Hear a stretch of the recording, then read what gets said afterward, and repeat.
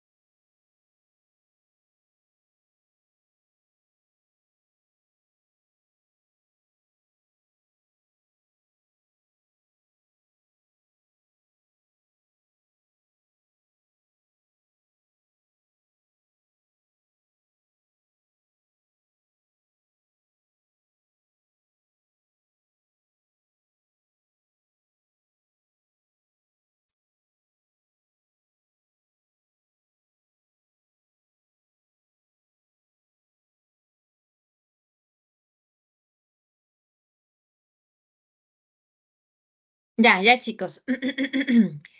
Ya resolví alguito que por ahí estaba. Y ahora sí, sí, sí, de verdad, ¿ah? Ahora sí empezamos, ya. Vamos con la semana 8 que corresponde a Historia Universal, desde el humanismo hasta la formación del Estado moderno, ¿sí? A ver, la Edad Moderna, la llamada Edad Moderna, hace referencia a esta etapa que transcurre desde el año 1453 y terminará, ¿no?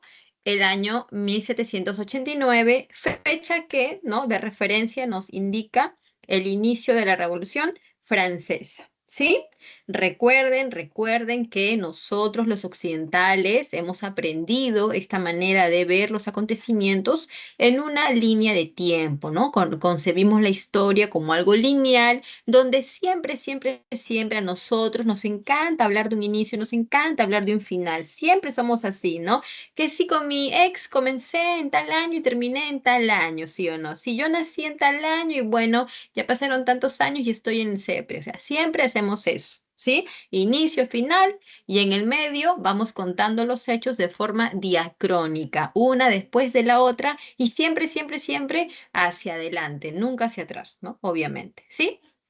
Esta versión de hablar, ¿no? Esta forma de hablar de la antigua, media, moderna, se lo atribuimos a este estudioso llamado Cristóbal Seller, pero recuerda que solamente hasta la Edad Moderna.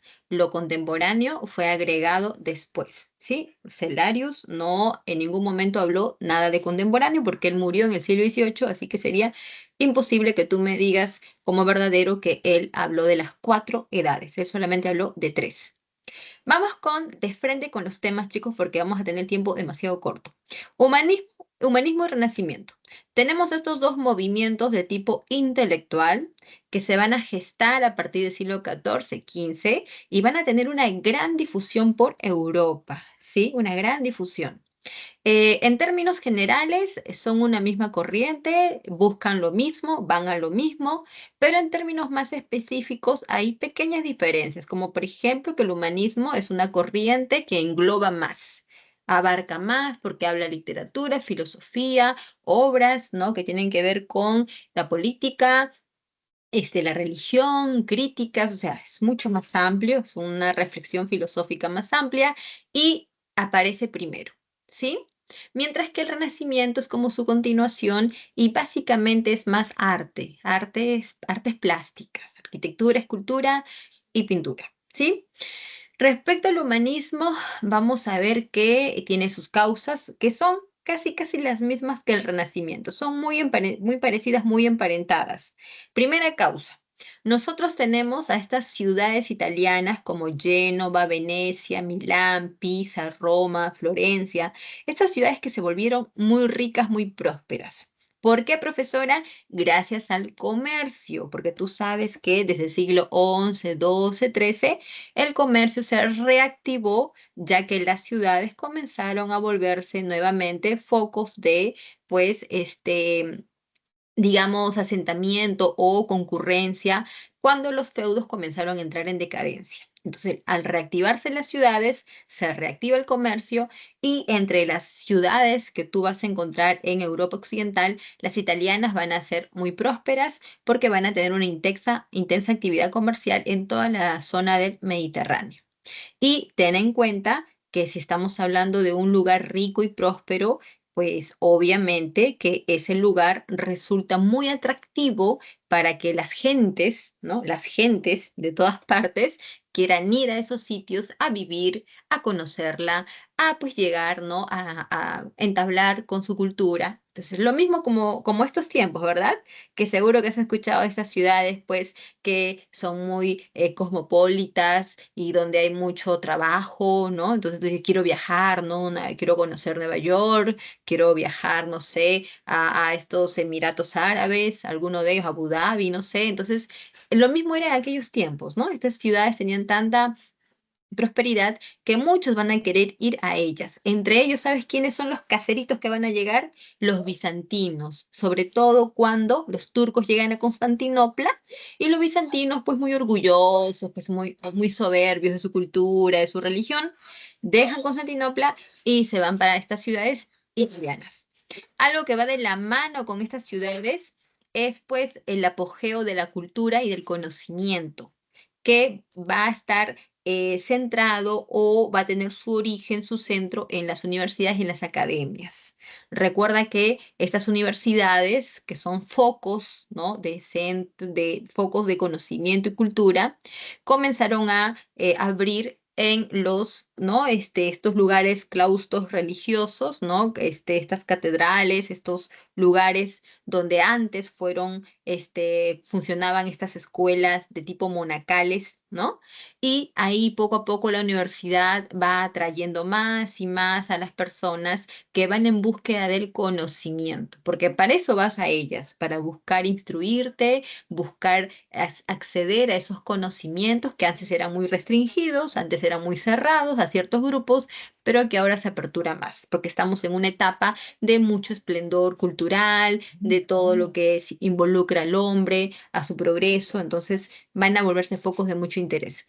Y la imprenta es importante también porque ayuda a la, digamos, difusión de los textos, ya que permite que sean impresos de una manera más rápida y por lo tanto su precio baja, ¿no? Disminuye su costo y las personas que quizá antes no lograron comprarlas por falta de monedas, ahora sí lo van a poder hacer. Profesora, ¿para qué yo querría comprarme un texto? Porque quieres, a través de ese texto, quieres tú conocer muchas cosas de la antigüedad, quieres pues abrir tu mente con muchas reflexiones de filosofía, de política. Entonces, y todos vamos a querer eso, pues sí o no. ¿Quién no quiere, pues, digamos, estar ahí, ¿no?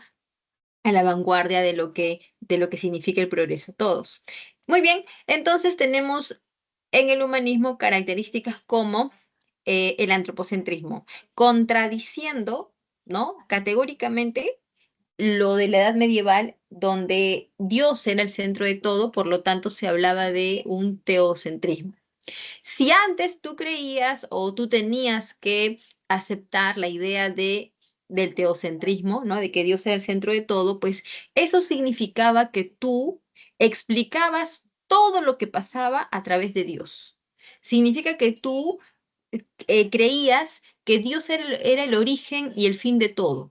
Y tú, ¿no? Tú estabas en una situación relegada, en una situación inferior, obviamente, y que pues por lo tanto tu vida no tenía sentido sin Dios. Pero si ahora tú cambias eso y ahora tú estás en el centro de todo, eso significa que todo pasa por ti. Significa que tú eres la medida de todo. Significa que tú eres el protagonista de la historia y no Dios. Significa que si algo ocurre o deja de ocurrir, no es por Dios, es por ti, por tus acciones, por lo que tú hagas. Entonces, esa es la idea del antropocentrismo, quitarle ese protagonismo a Dios y entregárselo al hombre. Por lo tanto, si el hombre es importante, ¿no? Entonces hay que estudiarlo, hay que saber qué piensa, qué siente, hay que saber cómo actuaría en esto, qué haría ante lo otro, hay que saber hay que conocer sus emociones, alegría, tristeza, enojo, ira, celos. Hay que estudiar a ese hombre como nunca antes, ¿no? Que se hizo en toda la etapa medieval. Entonces, esta idea del antropocentrismo explica las obras que tú vas a ver ahí, ¿no? Que el Decameron, que el Elogio de la Locura, que el Príncipe, todo está hablando del hombre. El príncipe habla de la idea del gobernante, ¿no? Cómo tiene que ser un buen gobernante. Entonces, todos están hablando del hombre, porque estamos en una etapa en la que está reivindicando al hombre. El pensamiento laico nos lleva por la idea de que para que tú puedas explicarte todo lo que ocurre a tu alrededor, pues tienes que explicártelo por medio de la razón, no por medio de los dogmas, no por medio de supersticiones, de lo que dice la Biblia. Eso es medieval, eso está atrás. Si tú quieres quedarte atrás, pues quédate. Pero ahora la corriente dice que el pensamiento deslígalo de la parte religiosa, deslígalo. No significa que tú te olvides de la religión, porque aquí en ningún momento se está diciendo eso. Solo se está diciendo que tú separes las cosas, sepáralas. Una cosa es tu fe y otra cosa es la razón. Y la razón y la fe, ¿cuál debe estar primero, profesora? Bueno, en la etapa medieval, la escolástica, pues decía que la fe y la razón podían, pues, de alguna manera, explicar una con otra, o de repente, pues, podías, ¿no? Lograr esta relación entre ambas, pero es mentira.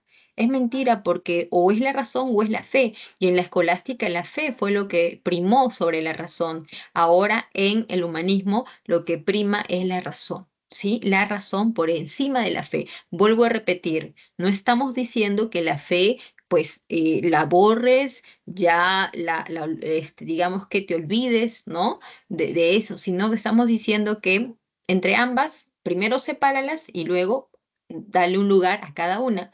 Y primero debe estar tu razón y luego la fe. Y las culturas clásicas griegas y romanas van a ser otra vez estudiadas. Otra vez, ¿por qué digo otra vez? Porque tú sabes perfectamente que en la antigüedad estas obras daban la hora. Estas obras fueron las más leídas, fueron obras que explicaron muchos aspectos de la vida del hombre, pero luego en la edad medieval fueron guardadas. Estaban ahí, casi nadie se interesó por ellas, ¿no? Lograron preservarse, obviamente sí, gracias a los bizantinos, gracias a los carolingios, al Islam, se lograron preservar, ¿no? Pero estuvieron ahí en un segundo lugar, porque la iglesia fue la que dominó la mentalidad humana. Pero para el siglo XIV-XV, estas obras vuelven a leerse. otra vez ven la luz, van a comenzar a ser difundidas gracias a la imprenta. Y el hombre europeo, al volver a leerlas, tú no sabes lo que va a ser eso para ellos. Va a ser una cosa espectacular, como si abrieran los ojos después de 1000 años de oscuridad, donde todo lo que ocurría, todo era explicado por la religión, por la fe y las supersticiones. Entonces ahora al leerlas, tú explicas todo lo que ocurre en base a reflexiones, en base a teorías, en base a ideas que puedes corroborar mediante la razón. ¿Te das cuenta? Entonces el gran cambio, ¿no? Ahora, representantes sí hay. Tenemos a Boccaccio, a Petrarca, a Erasmo de Rotterdam, a Maquiavelo y a Tomás Moro. Chicos, no vamos a hablar de ninguno de ellos porque no hay tiempo. Y si hubiese tiempo, tampoco le dedicaríamos muchos minutos porque el curso es historia, no estamos interesados un poco en la parte literaria en sí. Entonces vamos a continuar. Respecto al Renacimiento, decíamos que es la continuación del humanismo, las causas están muy emparentadas también con las del humanismo, pero vamos a agregarles otras, como por ejemplo la acción de los mecenas. El mecenas, dos cosas, es aquel que tiene dinero, ¿ya? Le sobra dinero, y número dos, es el que ama el arte. Al decir que ama el arte, por una parte hay un amor en sí, yo sé que hay un gusto en sí, ¿no? Pero por otra parte también hay un interés. El interés de que si yo apoyo a este artista, a través de él, yo voy a poder, digamos, embarrarme un poco, que su fama y su prestigio me salpique un poco a mí. De repente, si este artista me pinta, yo voy a salir en una pose así muy regio, así muy de repente como un personaje digno de admirar por mis súbditos. Entonces también quiero eso. Quiero que el artista, al pintarme, al retratarme, quiero que yo verme también contagiado por esa gran fama y popularidad que él tiene, ¿sí? Entonces, estos mecenas como los reyes o como los comerciantes que eran muy adinerados, pues van a proteger políticamente y también económicamente a los artistas, ¿ya? Y tenemos, como ya te expliqué hace un rato, a estos personajes o sabios, muchas personas que de la zona de Oriente, ¿no? De Bizancio, fueron hacia la parte de Italia y trajeron consigo sus conocimientos, ¿no? Sobre la antigüedad clásica y sus obras también, ¿no? Obras que ellos habían guardado y que pues las van a comenzar a hacer circular, a difundir. Características del Renacimiento, por ejemplo, la exaltación del cuerpo humano. En la gran mayoría de obras que tú vas a observar del Renacimiento, lo que se plasma es la figura humana. La figura humana, mira el David, mira la Mona Lisa, no sé, el Moisés, la Piedad, el hombre del Vitruvio, la creación de Adán. En todas ellas ves la exaltación de la figura humana. Y no está exaltada así nada más como así, ¿no? No, aquí lo que se busca es expresar la belleza de ese cuerpo. Y esa belleza tiene totalmente los patrones de belleza griegos. ¿Sí o no, no los tiene? Tú no me vas a corregir aquí. O sea, estos patrones estéticos griegos nos hablan pues de esta simetría en las formas, de este balance, de estas formas que nos llevan a observar estos cabellos rubios, de repente no sé, esta tez blanca, esta nariz respingada, son totalmente una forma de belleza griega, ¿no? Muy característica, pues, ¿no? De los griegos de aquellos tiempos y que ahora se vuelve a... Otra vez, digamos que difundir este concepto en cada una de estas obras, como tú mismo puedes estar observando, ¿no? Ahora, también te habrás dado cuenta que en el Renacimiento hay muchas obras religiosas, hay muchas obras religiosas, pero todas estas obras transmiten también otro tipo de elementos que no son tan religiosos. Por ejemplo, el David. El David es un personaje bíblico, es el pequeño David que se enfrentó al gigante Goliat, ¿no? Según la Biblia. Pero el David de la Biblia, ¿tú crees que en la Biblia se dice que está desnudo? No, profesora, obvio que no, ¿sí o no? ¿Tú crees que el David de la Biblia es un David de 5 metros como el David de Michelangelo? Obvio que no, profesora. ¿Tú crees que el David de la Biblia es un David bello, guapísimo, recontra churro? Obvio que no se le describe de esa manera, pero el David de Michelangelo sí lo es. Entonces acá hay elementos religiosos, sí, pero también profanos, o sea, que se alejan totalmente de la religión y que dan otro mensaje, ¿no? Naturalismo y perspectiva. Este, Cuando tú ves estos cuadros, pinturas, tú vas a ver la idea de naturalidad. O sea, aquí no se pintan cosas extravagantes, monstruos, cosas legendarias. Aquí no estamos viendo la imagen del Minotauro. O sea, no vemos esas cosas. Vemos cosas, la belleza natural, ¿no? Plasmada ahí en todo su esplendor, pero también en la pintura vemos la perspectiva, que es pues básicamente la tridimensionalidad, ¿no? Que se logra en estos cuadros. Mira, por ejemplo, tú ves la última cena, ¿no? De Da Vinci. Y tú dices, profesora, esa se nota que están en una habitación, ¿no? Es una habitación que yo calculo que tiene de largo, pues unos 6 metros, profesora, y de ancho unos 5 metros y medio, ¿no? Pero ¿por qué dices eso, no? Porque visualmente para fotografía, pero esto es una pintura, o sea, es algo plano. Pero ¿por qué te da la idea de profundidad? ¿Por qué te da la idea de altura, de anchura? ¿Por qué? Porque el artista ha logrado esta técnica de la perspectiva que hace ver, ¿no? Estas pinturas en 3 dimensiones, ¿ya? Y eso es algo que los renacentistas van a lograr gracias a sus técnicas.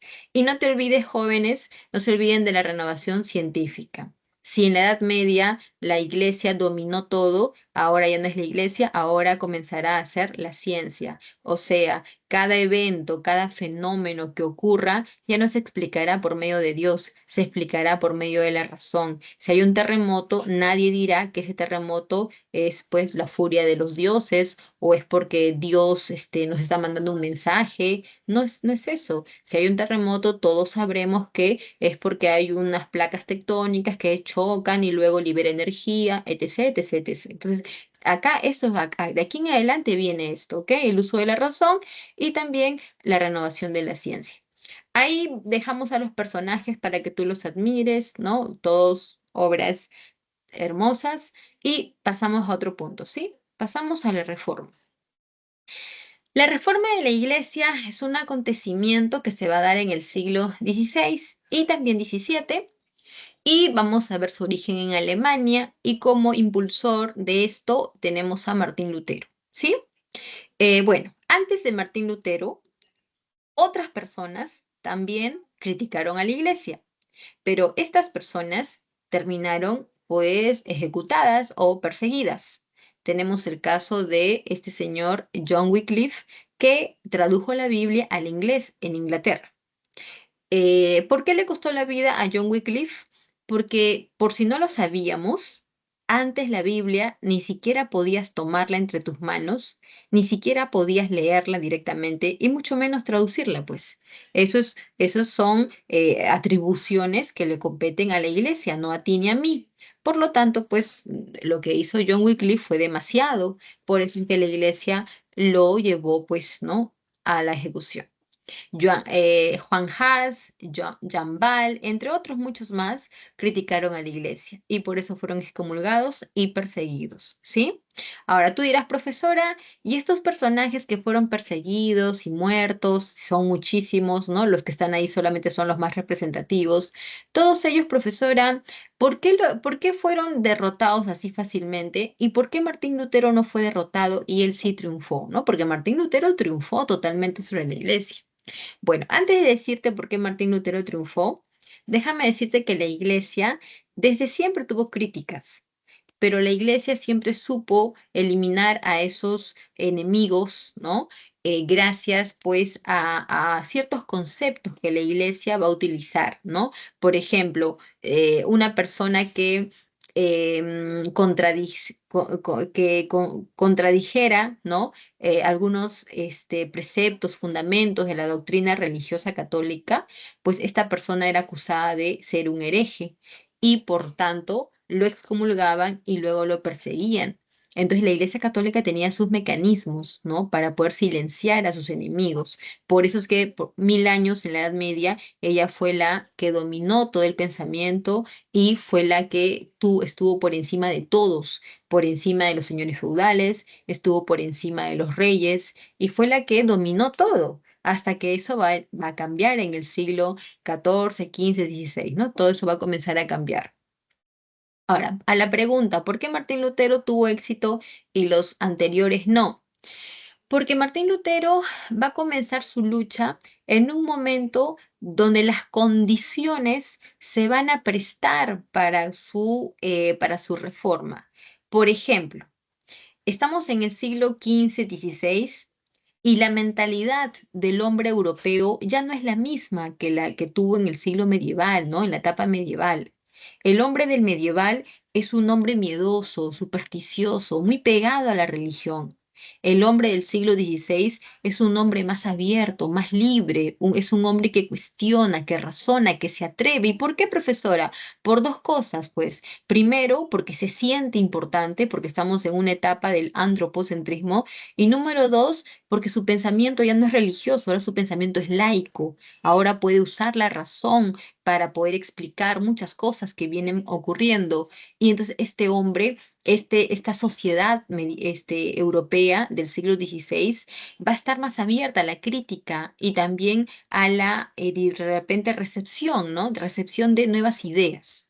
Por otra parte, si dijimos que antes la iglesia era pues la que dominó, ¿no? El poder en la Edad Media, ahora eso ha cambiado, porque ahora los reyes se han fortalecido gracias al apoyo de la burguesía y los reyes ahora van a poder hacerle frente a la iglesia, le van a hacer frente. Antes hubiesen querido hacerlo, pero no tenían el poder, ahora sí lo tienen, porque han recuperado y se han fortalecido. Entonces tenemos a los reyes, ¿no? Que van a recuperar su poder junto a la burguesía y hablemos de la burguesía. La burguesía también está dentro de este proceso, ¿ya? La burguesía es la que va a ayudar a que a estos movimientos tengan éxito. Y tú preguntarás, profesora, ¿pero por qué? Bueno, por muchos motivos, mira. Em, si tú eres un burgués, tú te quieres consolidar, porque tú eres un sector social, por supuesto, tú eres un grupo social, pero tú eres un grupo social más. Y tú no quieres ser un grupo social más, tú quieres ser el grupo social. Tú quieres tener poder económico y también en algún momento político. Pero primero tienes que empezar por el poder económico, que ya lo tienes, ¿ah? Ya lo tienes, pero tú quieres más. Y tú no vas a poder llegar a más mientras tengas en tu camino obstáculos. Y un primer obstáculo es la iglesia. ¿Por qué? Por muchas razones. Primero, porque la iglesia trata de mantener al hombre en un pensamiento cerrado, dogmático, religioso, conservador. Y tú necesitas que el hombre tenga un pensamiento abierto, libre, sin barreras. Número dos, tu sistema se concentra en el comercio, en los negocios, en las finanzas, en la banca. Y tú requieres pues un mercado abierto, un mercado favorable a tu comercio. Tú necesitas compradores, ¿sí o no? Si no, pues ¿cómo vas a vender tus mercancías? ¿Tú crees que los siervos de los feudos van a poder comprarte tus mercancías? Obvio que no, porque el siervo del feudo ni libre es, ni siquiera puede salir del feudo. ¿Y por qué hablamos de feudo? Porque el feudo, número uno, si bien se había disminuido y entrado en decadencia, no había desaparecido totalmente. Y si hablamos de feudos, ¿ya? Y de feudalismo, la iglesia durante toda la edad medieval fue la principal feudal de todos. Ella fue la señora feudal de toda la edad medieval y lo continuó siendo porque tenía un montón de posesiones, un montón de tierras, ¿no? Donde los muchos siervos trabajaban ahí todavía.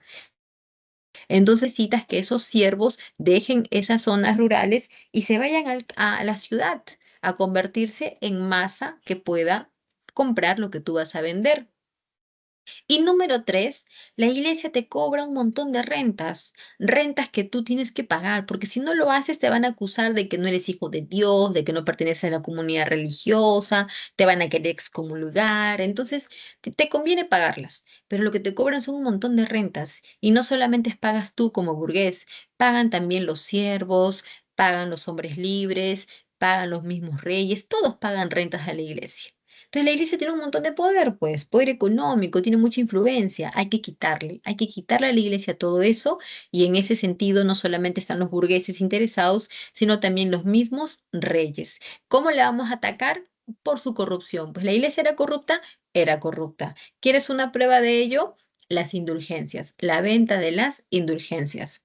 Todo buen cristiano quiere llegar al cielo. Justamente por eso son buenos cristianos, pues sí o no. ¿Qué significa ser un buen cristiano? Hacer muchas buenas obras, amor a tu prójimo, que no mientas, santificar las fiestas, etcétera, etcétera, etcétera. Entonces tú quieres hacer todo eso para llegar al cielo. Pero antes de llegar al cielo, tú vas a pasar por el purgatorio, ¿sí? Por el purgatorio. Ahora bien, en el purgatorio, primero tú vas a tener que pagar por todos tus pecados que hayas cometido estando vivo.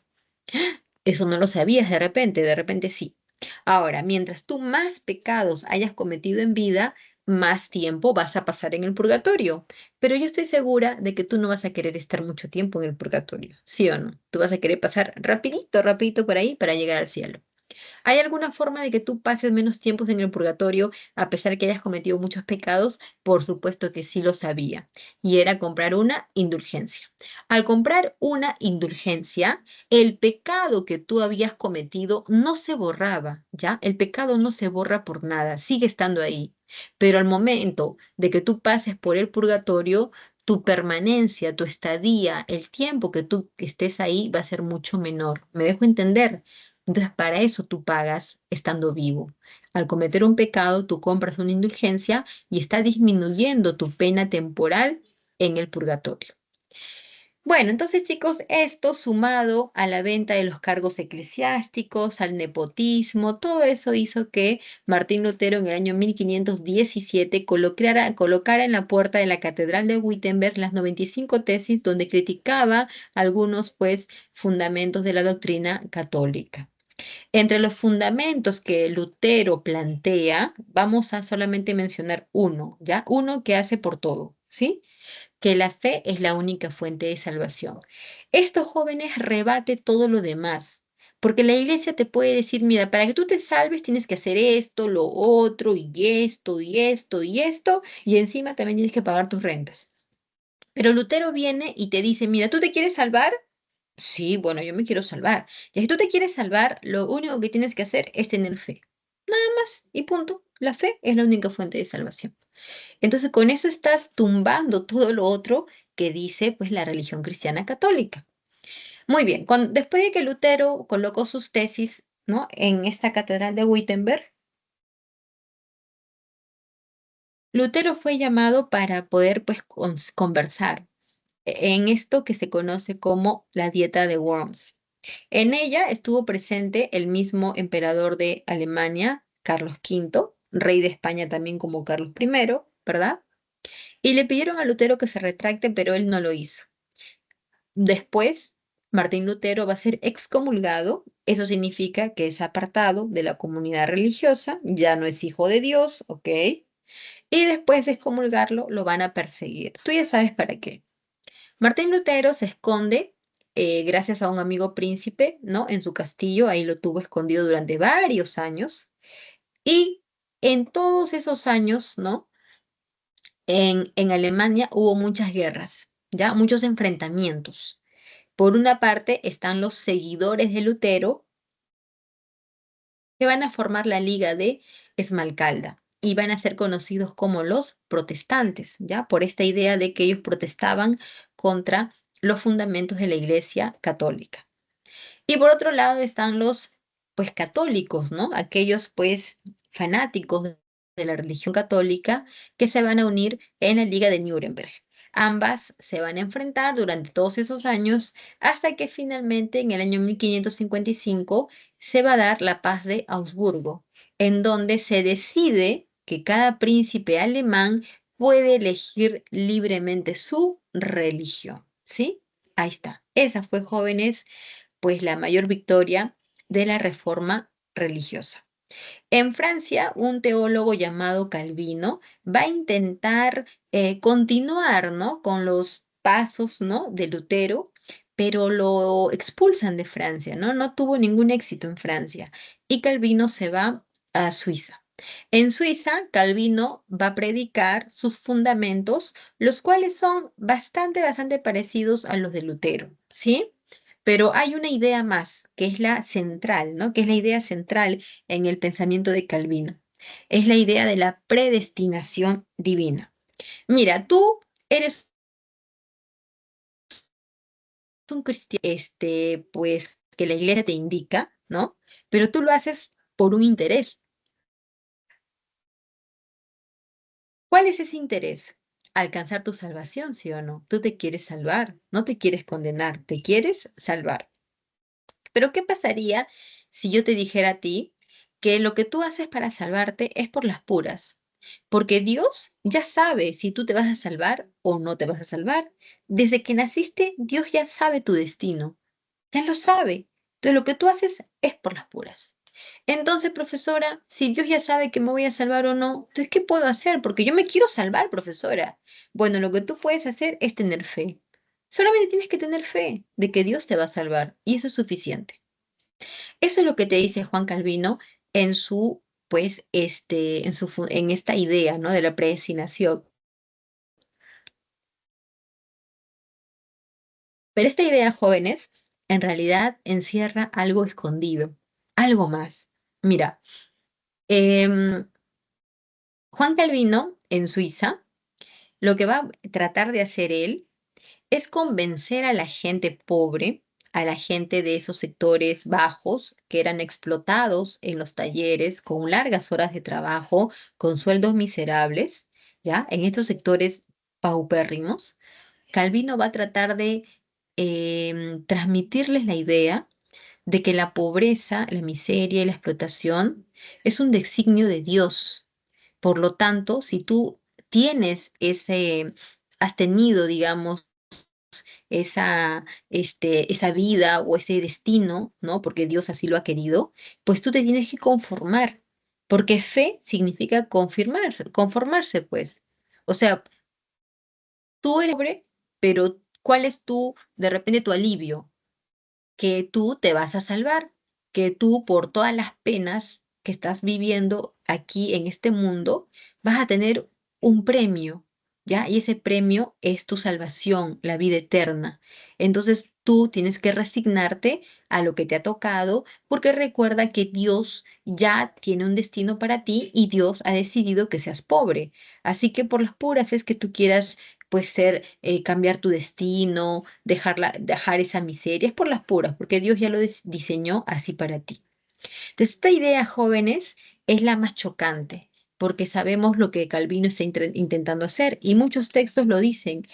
Lo que hizo Calvino en Suiza no tiene nada que ver con la religión, pero sí tiene mucho que ver con intereses políticos y económicos, porque detrás de Calvino están grupos de poder, así como detrás de Lutero también lo estuvieron. Para que Lutero pudiese ganar la reforma, tuvo el apoyo de los mismos príncipes de Alemania, tuvo el apoyo de grupos aburguesados que lo protegieron. Y lo mismo pasa con Calvino. Y a diferencia de Lutero, Calvino es más duro, es más extremo con lo que hace, porque está sembrando la idea de la resignación en estos sectores pobres. Por eso decimos que Calvino llevó las doctrinas de Lutero a la intolerancia y la intransigencia. En Inglaterra, Enrique VIII rompe con la Iglesia Católica cuando no le aceptan su pedido de divorcio de su esposa, Catalina de Aragón. Tras ello, Enrique VIII logra que su parlamento le otorgue este famoso documento conocido como el Acta de Supremacía, en donde a partir de ahora Enrique VIII se convertiría en el jefe de su propia iglesia, de su propia iglesia. Jóvenes, aquí tú ya te diste cuenta. Esto tampoco tiene que ver nada con la religión, esto tiene que ver con poder. Y lo que Enrique VIII quería era pues desligarse de la Iglesia Católica. Enrique VIII ya no quería seguir dependiendo, subordinándose a la Iglesia Católica Romana. Enrique VIII quería dominar su propia iglesia, una iglesia nacional, que por cierto es muy parecida a la Iglesia Cristiana Católica, muy parecida. Básicamente lo que cambia es el nombre. y ahora él va a ser el líder jefe de su iglesia y por lo tanto todos los ingresos y rentas que antes pues le pagaba pues a la iglesia romana, ahora estas rentas van a ser cobradas por esta iglesia nacional, ¿ya? La iglesia anglicana. Consecuencia de todo esto es que la iglesia católica se dividió. Ahora tenemos una iglesia cristiana católica y por otro lado tenemos las iglesias protestantes. Esto va a generar de ahí en adelante muchas guerras en Europa, guerras religiosas o mejor dicho, guerras fundamentadas, ¿no?, en el pretexto de la religión. Y la Iglesia Católica inicia la Contrarreforma, ¿sí? La Contrarreforma, ¿por qué? Porque la Iglesia Católica quedó desprestigiada. Después de la Reforma la han criticado, la han pues dividido, la Iglesia Católica ha perdido poder, ha perdido fieles, ¿no? Entonces la Iglesia Católica no puede permitir que eso siga ocurriendo. La Iglesia Católica tiene que reformarse, tiene que renovarse. Y para eso, ¿no? En el siglo XVI se convoca al Concilio de Trento, el cual va a ser presidido e impulsado por el Papa Paulo III. En el Concilio de Trento lo que se va a buscar es que la Iglesia se reorganice y que refuerce sus bases doctrinarias, ya que Lutero había criticado mucho de sus fundamentos. Por ejemplo, Lutero había dicho que no obedeciéramos a la autoridad del Papa, porque el Papa pues no era digamos, un personaje que haya sido de alguna manera puesto en su lugar por Jesús cuando estuvo acá en la tierra. O sea, el Papa, ¿de dónde tiene su poder, sí o no? ¿Quién le ha concedido ese poder supremo? Entonces, ese tipo de críticas, ¿no? De cuestionamientos, la Iglesia Católica va a tener que de alguna manera, contrarrestarlas, ¿no? Cimentando o reforzando sus bases doctrinarias. Entre los acuerdos, por ejemplo, ¿no? La suprema autoridad del Papa, que la fe no es lo único que te va a salvar, sino también las buenas obras, todos los sacramentos, tienes que hacerlos, tienes que adorar a los santos, también a la Virgen. La Biblia no la puedes leer directamente, tienes que esperar que te lo traduzcan los santos padres y por eso tienes que ir a la misa, entre otras. También la iglesia utilizó instrumentos como por ejemplo el índex. El índex era un catálogo de todos los libros que estaban siendo, que van a ser prohibidos por la iglesia. Ahora, estos libros, no vayas a pensar tú que eran de magia negra o de rituales o de hechizos o cosas raras, ¿eh? Para nada, para nada. Estos libros básicamente eran de contenido filosófico, político o científico, o sea, de ese tipo de libros. ¿Y por qué? Qué raro, ¿no? Porque pues si tú lees esos libros, ¿no? Si tú los lees, cada vez más y más te vas a dar cuenta que la iglesia no tiene ningún poder, pues, ningún poder, a menos que tú quieras creerle, pues, es tu problema, ¿no? Tu fe. Pero si no, no tiene ningún fundamento lo que dice. Entonces, si la gente sigue leyendo, leyendo y leyendo esos libros, la gente va a seguir desengañándose, desengañándose y desengañándose de la religión. Por eso que ellos, ¿no? El Papa Pablo III, a través de la Reforma, van ¿no? a dar una lista de libros que tú no vas a poder leer, ¿no? Porque todo buen cristiano no puede leer estos textos. También tenemos la Inquisición romana, la cual lo que va a hacer es perseguir y castigar a todos aquellos que rechacen o que, digamos, contradigan, ¿no? Los diferentes fundamentos de la religión, ¿sí? Si yo digo, por ejemplo, que no se debe adorar a los santos o a la Virgen, ya eso pues es una herejía, por lo tanto voy a ser perseguido y castigado, ¿sí? Y la Compañía de Jesús, fundada por San Ignacio de Loyola, vemos que este personaje, que fue un ex militar, es uno de los principales defensores junto a su orden, ¿no? La Compañía de Jesús, son los principales defensores de la autoridad del Papa y, por supuesto, de la religión cristiana católica. El objetivo de los jesuitas, como se les va a llamar, es restablecer la autoridad del Papa, pero difundiendo la fe en, en el mundo, no solamente en Europa, en el mundo. Y para eso los jesuitas van a tener que hacer misiones, ¿ya? Esas misiones va a llevar a los jesuitas a Europa, bueno, a Europa no, a África, a Asia y aquí a América también, ¿ya? Aquí a América los jesuitas van a llegar y en los tiempos de la colonia, y ellos van a encargarse pues de la educación, ¿no? De la educación y obviamente de la evangelización, ¿no? De los pueblos indígenas, ¿ya? ¿Todo para qué? Para reafirmar el poder de la Iglesia Católica. Bien, chicos, vamos a terminar en estos minutitos, unos 5 minutos más en esta parte, en lo que alcance, ¿sí? Porque ya a las 10:30 pasamos con el otro punto. La expansión europea. Los europeos van a iniciar su expansión en el siglo XV, XVI, XVII debido a las siguientes causas. Bueno, la primera es que los europeos necesitan nuevas rutas comerciales.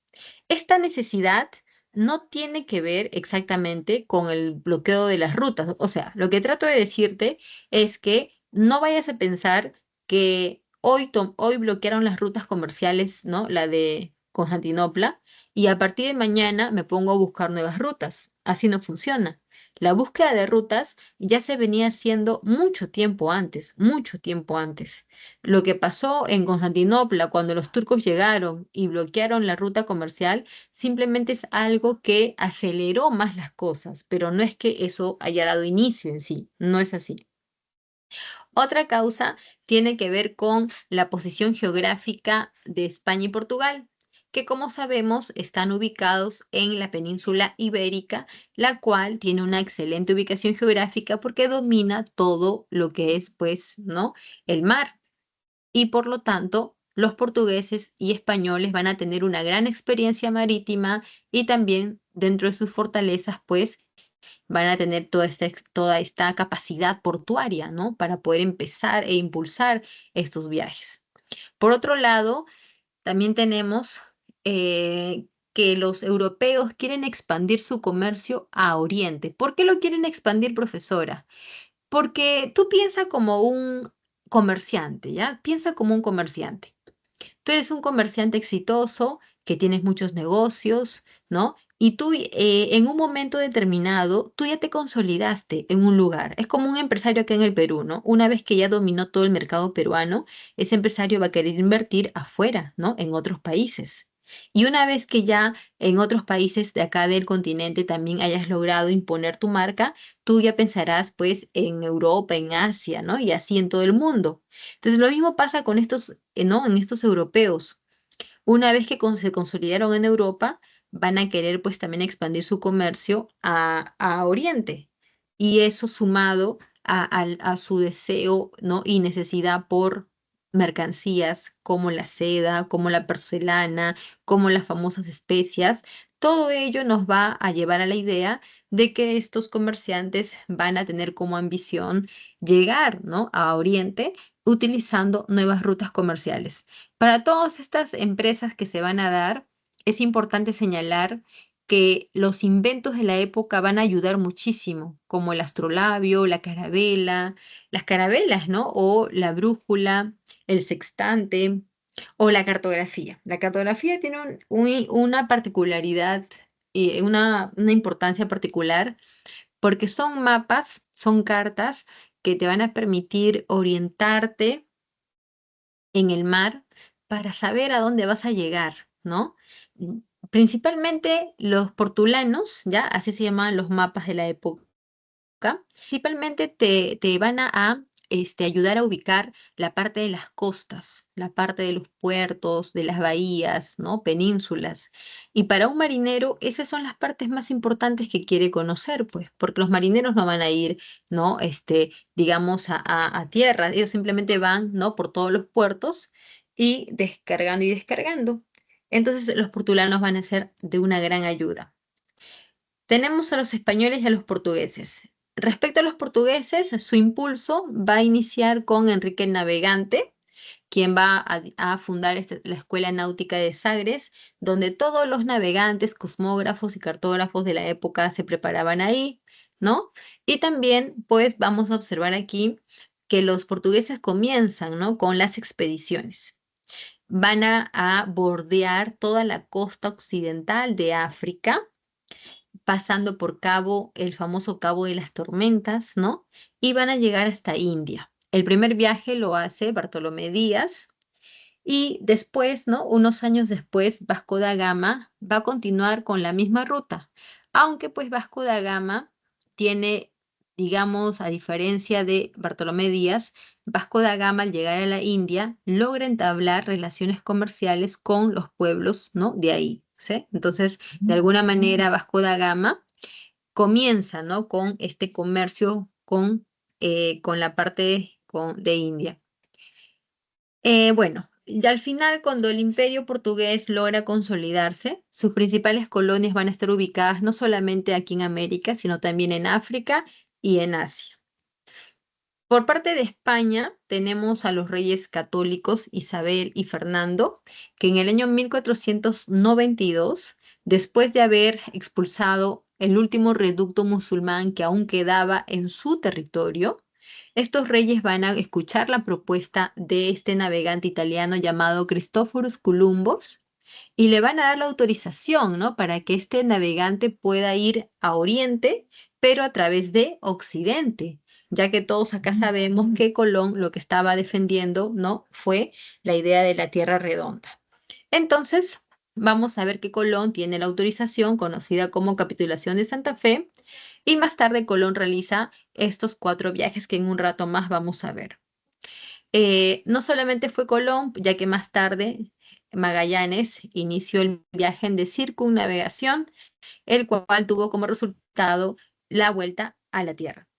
Más tarde, cuando ya se consolida el Imperio Español, ¿no? Con Carlos I y su hijo Felipe II, España va a tener colonias aquí en América, también en Asia y también en África, ¿no? Convirtiendo a España en uno de los imperios más poderosos del siglo XVI. Consecuencias de las expediciones geográficas son de diferentes tipos. A nivel económico, se inicia la cuenca del Atlántico. La cuenca del Atlántico hace referencia a los puertos españoles y portugueses que van a cobrar una real importancia, ¿ya? Gracias al comercio que se va a dar con América, ¿ya? Así que hay un apogeo de los puertos, tanto españoles como portugueses. El mercantilismo digamos, va a llegar su influencia aquí a América y como tú ya sabes, es el atesoramiento de oro y plata, que va a ser una de las principales, ¿no? Motivaciones para la llegada de los españoles a nuestras tierras. Culturalmente se va a comprobar que la tierra es redonda y se da pues esta expansión de la cultura occidental aquí, ya que los europeos al llegar a América van a traer consigo su cultura, entendiéndose como religión, como idioma, de repente sus costumbres, su vestimenta, cultivos, etcétera, etcétera, etcétera. Respecto a la política, aparecen los primeros imperios ultramarinos. ¿Cuáles son, profesora? Son España y Portugal. Y ya después, me podréis mencionar a Francia y a Inglaterra, pero primero son España y Portugal. Y se dice ultramarinos porque sus colonias van a estar cruzando el océano, ¿ya? Por eso se les dice ultramarinos. Y a nivel social se consolida la burguesía, porque recuerda que la burguesía fue el sector que apoyó económicamente las expediciones geográficas. No lo olvides, ¿ok? Estas expediciones geográficas tenían un doble impulso. Por una parte, los reyes te daban la autorización política y por otra parte, los grupos aburguesados te daban el apoyo económico. Entonces, de esta manera se realizaban estos viajes de expedición. El mestizaje también, que es una consecuencia más, y la crisis demográfica, ¿no? Producto de las guerras, de las epidemias, de la explotación, del hambre, etcétera, etcétera. Para el siglo XVI, jóvenes, se forman los estados modernos. Cuando hablamos de estados modernos, hablamos de estos, digamos, estados europeos que van a concentrar un poder ilimitado como nunca antes tú lo viste. A esto se le llama absolutismo, que es una forma de gobierno en donde todito el poder está concentrado en manos de una sola persona, que es el rey. Si quieres un ejemplo de absolutismo del siglo XVI, tenemos el caso de Francia. Sí, ¿alguien quiere hablar? Disculpe. ¿Alguien quiere hablar? Hola, hola. Hola, están hablando, están con el micrófono abierto. A ver quién es. Ah, ya. Chicos, un ratito, espérenme un rato que voy a traer un vasito con agua. Espérense, ¿no?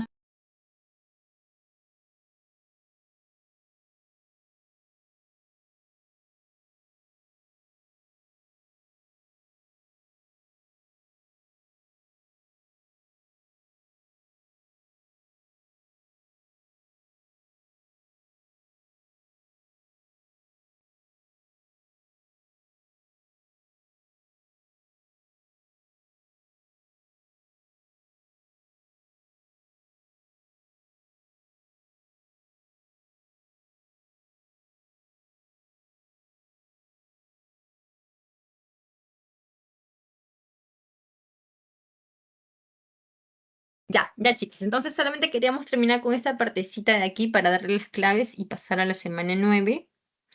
Y tengan cuidado con su micrófono, ¿ya? A ver, ¿estoy con el audio o no? Sí, ya estoy con el audio.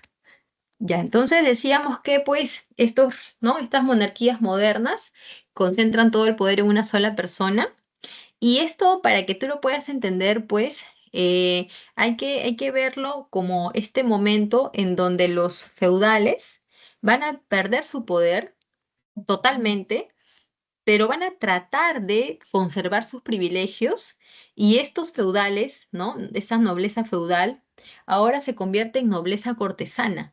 Entonces tú los vas a ver ahí en los castillos junto a los reyes, pero en una situación de inferioridad, pues, ¿no? Debajo del rey, muy debajo del rey, pero van a estar ahí como nobleza cortesana.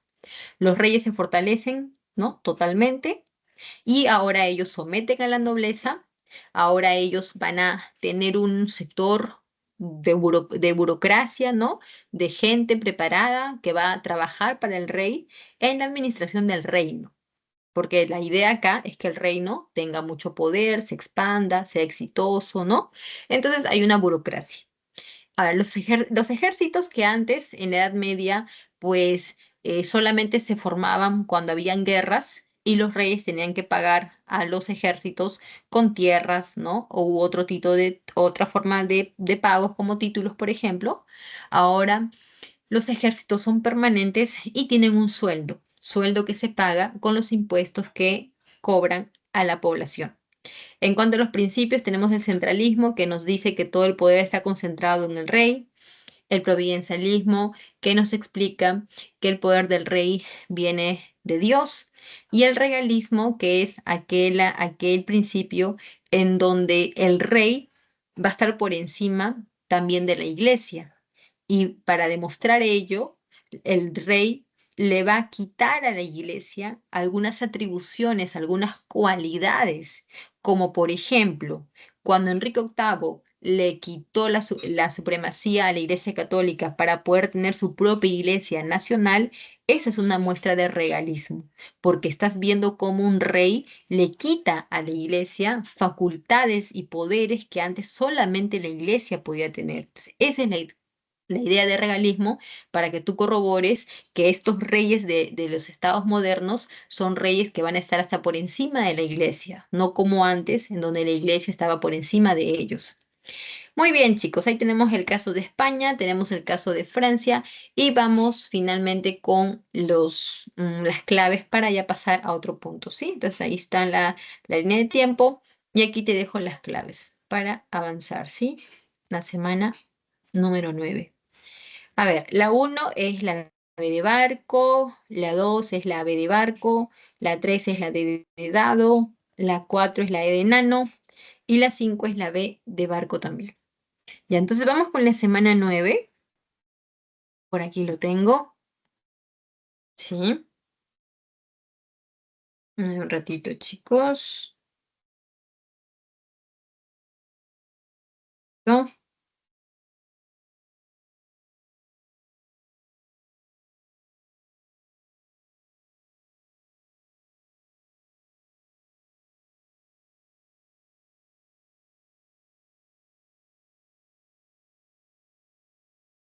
Muy bien. Para la semana 9 tenemos el tema de historia del Perú, desde la invasión española hasta el virreinato del Perú, ¿ya? Entonces vamos a comenzar por aquí respecto a la colonización española en las Antillas. Bueno, nosotros habíamos mencionado que estamos pues en el siglo XV, en donde comienzan los viajes de exploración, impulsado por los comerciantes europeos. Ellos buscaban ir a Oriente, todos sabemos eso, ¿no? Que los europeos querían llegar a India principalmente, pero en ese pues camino, Cristóbal Colón se cruza, se choca con América y se da el descubrimiento de nuestro continente. A partir de ahí, los españoles van a comenzar a llegar a nuestro continente buscando algo más que dinero, ¿ya? Porque no solamente es el oro y la plata, ellos también van a buscar fama, aventuras, ¿no? Y tierras también acá, porque tú siempre, siempre debes recordar que cuando llegan estos españoles acá a América, ellos van a venir totalmente con la mentalidad de cruzados. Ellos van a venir con la mentalidad de caballeros. ¿Cómo es una mentalidad de caballero, profesora? La mentalidad de un caballero es aquella donde todo lo justifican por su religión. ¿Ya? Yo dije, yo mato en nombre de mi Dios, de mi religión, de mi fe. Número dos, ellos vienen acá a imponerse por las armas, porque de otra manera no conocen. Ellos solamente conocen venir, matar, hacer la guerra, y es así como ellos conocen, entienden la manera de imponerse. Número tres, ellos vienen a vivir de la tierra, porque recuerda que allá en la edad medieval todo estaba sustentado en la posesión de tierras. Y número cuatro, ellos eh, no conocen lo que es el trabajo. Los españoles cuando llegan acá, ¿quién trabajaba? No trabajaba absolutamente nadie. Ellos viven de sus rentas, ellos viven de explotar la mano de obra de otras personas. Entonces, cuando yo te digo que ellos vienen con la mentalidad de caballeros, ¿no? Con la mentalidad de cruzados, inmediatamente tú tienes que identificar que ellos vienen a someternos por las armas, a explotar nuestra mano de obra, a dividir las tierras para convertirlas en estos famosos, ay, se me fue el nombre, chicos, estos, de la forma como ellos van a dividir la tierra acá para someter. Ahorita acá lo vamos a ver, ¿ya? Pero, y siempre justificado por la religión, ¿ya? Esa es la forma como ellos van a llegar aquí a nuestro continente. Entonces, como causas, tú ya sabes que ellos vienen para expandir el comercio. Parte de eso tuvo que ver con la toma de Constantinopla y el bloqueo de rutas que los llevaba hacia Oriente. Y en el caso de nosotros nos interesa únicamente ver lo de España, ¿no? Lo de Portugal no nos interesa verlo más, solamente el tema de España. Y en este caso, pues todos sabemos que Colón fue autorizado por los reyes católicos, ¿no? La reina Isabel de Castilla autorizó el viaje mediante la capitulación de Santa Fe. En esta capitulación, lo cual tú tienes que entenderlo como una especie de permiso, como una especie de contrato firmada por dos partes, ¿no? Acá hay dos partes. Por un lado está Colón y por otra parte están los Reyes Católicos. Entonces, aquí se prometen muchas cosas. Si Colón cumplía, ¿no? Con todos los, digamos, acuerdos de encontrar tierras, ¿no? Generar contactos comerciales, riquezas y todo eso, Colón iba a obtener un 10% de todo lo que pudiese encontrar y además de títulos de nobleza, que en aquellos tiempos pues eran lo más importante. Es como ahora, ¿no? Ahora tú, ¿por qué quieres estudiar? Porque tú quieres tener un título académico, ¿sí o no? Tú quieres ser licenciado, magíster, doctor o todo eso. En aquellos tiempos no importaba ser licenciado, ni magíster, ni nada. En aquellos tiempos importaban los títulos, pero de nobleza, títulos nobiliarios, un duque y esas cosas. Colón tuvo cuatro viajes y tú ya sabes que el primero de ellos fue el del descubrimiento de América, ¿no? Aquel 12 de octubre de 1492, Colón llegó a tierra y no necesariamente pues parte continental, sino simplemente a esta isla, ¿no? Que es Guanajaní, ¿no? Actualmente San Salvador. Y pues lo que hace Colón durante sus 4 viajes es explorar. ¿Ya? No vamos a hablar de cada viaje, chicos, porque no hay tiempo. Solamente vamos a mencionar que Colón exploró durante esos 4 viajes. También Colón se enfrentó a los pueblos nativos, ya que aquí a Colón no lo van a recibir bien. Colón tuvo muchos problemas, inclusive cuando fue llamado a España tuvo que rendir cuentas de todo lo que estaba haciendo acá porque se le hizo muchas acusaciones. Colón inclusive en España estuvo unos años en prisión. Después Colón perdió el apoyo económico que le habían prometido y en su último Colón vino acá, ¿no? Para su último viaje, pero ya Colón pues no, no consiguió más, ¿no? O sea, nunca supo que había venido o había descubierto un continente, nunca se le dio todo lo que se le había prometido y Colón murió totalmente ignorante del gran logro que había tenido, pues, ¿no? Como ser el protagonista en el descubrimiento de un nuevo continente. Ahora, la conquista del Tahuantinsuyo tiene que ver con este acontecimiento donde el imperio inca cae en manos de los españoles. Eso de cómo es posible que un puñado de españoles hayan podido derrotar un imperio de 10 millones de habitantes es totalmente falso. Esa frase, esa premisa es más totalmente loca e ignorante que cualquier otra. Porque aquí no estamos hablando de un imperio de 10 millones de habitantes, ya que yo ya te he dicho que los incas eran únicamente los cusqueños. El resto de millones de habitantes no eran incas, eran pueblos sometidos por los incas. Y la gran mayoría de esos pueblos estaban totalmente inconformes y querían, de la manera que sea posible, liberarse del control de los incas. Ahí estaban los chachas, los chimú, los huancas, los chancas y muchos otros más, ¿ok? Así que nada de que cómo es posible que un imperio disminuya, eso es mentira. No por nada el incanato, el Tahuantinsuyo fue un estado de tipo pluricultural y multiétnico. Así que al leer eso ya te diste cuenta de que aquí nada que 10 millones de habitantes. Causas. El Tahuantinsuyo estaba fragmentado por muchos intereses, ¿ya? Las panacas representaban intereses distintos porque cada panaca era una familia diferente y cada uno tenía sus propios intereses ya de poder. Y a eso también súmale que pues hay una guerra civil previa a la llegada de los españoles. Estamos hablando de Huáscar y Atahualpa que se enfrentaban por el título, ¿sí? A esto también tienes que agregarle, como ya te dije, esta gran cantidad de pueblos, ¿no? Que conformaban el incanato y que muchos de ellos eran hijos de los incas y únicamente vieron a los españoles como el medio para salir de esa dominación.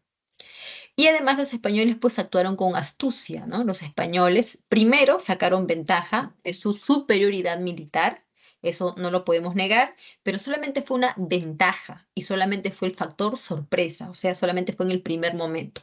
Luego, cuando los indígenas ya aprendieron las armas, ya las observaron, ya se asustaron y ya también ya se les pasó el susto, eso ya no es un factor. Porque si tú me dices, profesora, ¿cuáles son las causas de que los españoles hayan ganado a los incas? La superioridad militar no es una causa. De repente es un factor sorpresa, sí, al principio, pero luego ya no.